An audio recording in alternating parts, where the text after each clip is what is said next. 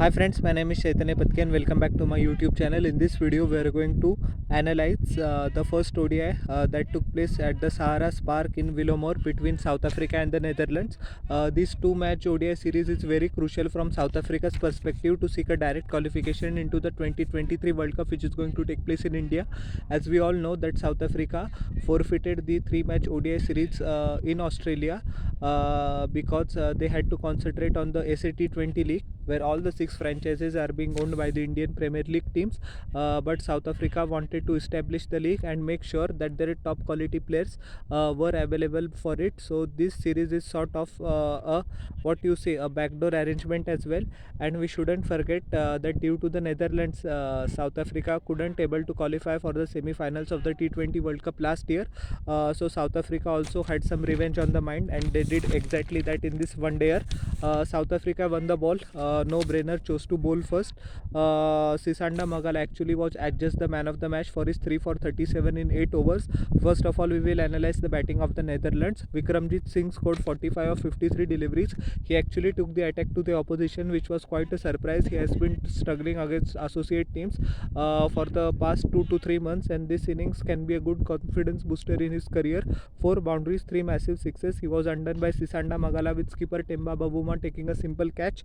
Maxo Daud, 18 of 27 deliveries, 2 boundaries. He was undone by Magala as well.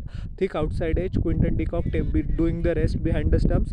Musa Ahmed scored 17 of 31 deliveries. Once again, just 2 boundaries. He was undone by Tabraiz Shamsi. Tried to cut the ball, which was nowhere near to the length that was supposed to cut.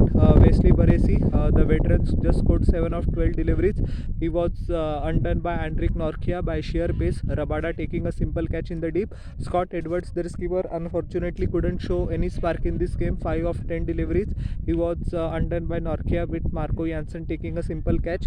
Nida Manaru, the Indian origin batsman, actually held his own and gave the respectability to the Dutch scoreline. 48 of 71. 3 sixes, no boundaries. His wicket was once again taken by Magala, he was looking very dangerous. Ahmed scored of 2 of 13 deliveries. Tried a useless hoik. I think that shot wasn't needed at that juncture. 2 of 13 deliveries. He was bowled by Aiden Markram and stumped by Quinton de Kock. Aryan Dutt, the Indian origin off spinner, scored 12 of 15 deliveries, 1 sixes. His wicket was taken by Shamsi as well, with Rabada taking the catch.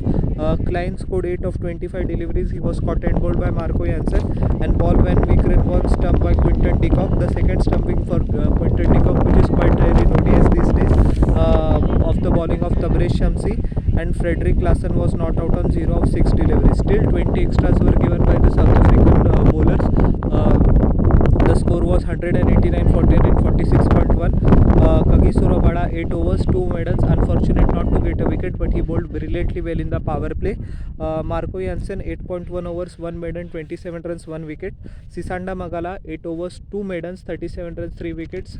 Mixed his pace very nicely, bowled cutters when required, and made excellent use of the pitch as well. So he got the reward. Norkia just 3 runs per over, 8 overs, 24 runs and 2 wicket. Tabraiz Shamsi bowled 10 overs, 1 maiden, 25 runs, 3 wickets. So this outing is also a confidence booster for him as well. Markram in 4 overs gave away 30 runs and took a solitary wicket. Chasing just 190, Quinton de Kock unfortunately couldn't show his spark in this game. 9 of 21 deliveries, never looked quite settled in this one. He was bowled by Aryan Dutt. Temba Bavuma, the skipper, welcome return back to form for him. 90 of 79 deliveries, which he actually won 6 and 18 boundaries because he explored magnificently well, and he's one of his best innings. Though I'm not saying that the Dutch or the Netherlands are a weak opposition, but South Africa is actually very strong as compared to the Netherlands, and any sort of innings, if the ball hits the middle of the bats, that is a confidence booster for the batsman. Rassie van der Dussen scored 8 boundaries for Babu. I beg your pardon, I said 18. Rassie van der Dussen scored 31 of 48 deliveries. he was bowled by Klassen. He actually was a great foil to Temba Bavuma, and Markram finishing the job of 51 of 39 deliveries, the designated South African vice captain, showing once again that why he can be trusted in the middle or the India ODI format. Now he has found his range, great hitting, and Sunrisers Hyderabad will also be pleased looking at his form, because he is going to miss the first game for Sunrisers, but he is looking in ominous touch, and that's what Sunrisers Hyderabad want. 7 boundaries and 1 sixes for the SRH keeper. 9 extras were given by the Dutch bowlers. 190 for 2 in 30 overs. Easy victory by 8 wickets and 20 overs to spare. So that is quite an annihilation of the Netherlands by the South Africa. Klassen in 8 overs gave away 51 runs. He took the wicket of Rassie van der Dussen, but it was too little too late. Dutt bowled brilliantly well. He should have been bowled a more couple of overs.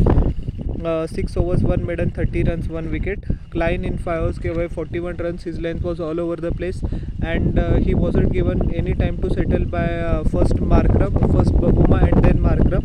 Paul Van Wickeren bowled stump to stump. Good figures for him, taking into consideration the overall figures of the game. 6 overs, 26 runs, no wicket, and Ahmed in 5 overs gave away 39 runs. So an easy victory for South Africa, which makes their scenario for qualification a little bit more optimistic, but we have to see. Currently their fate is not in their own hands. Now they have to win the second ODI to just make sure that they eventually qualify.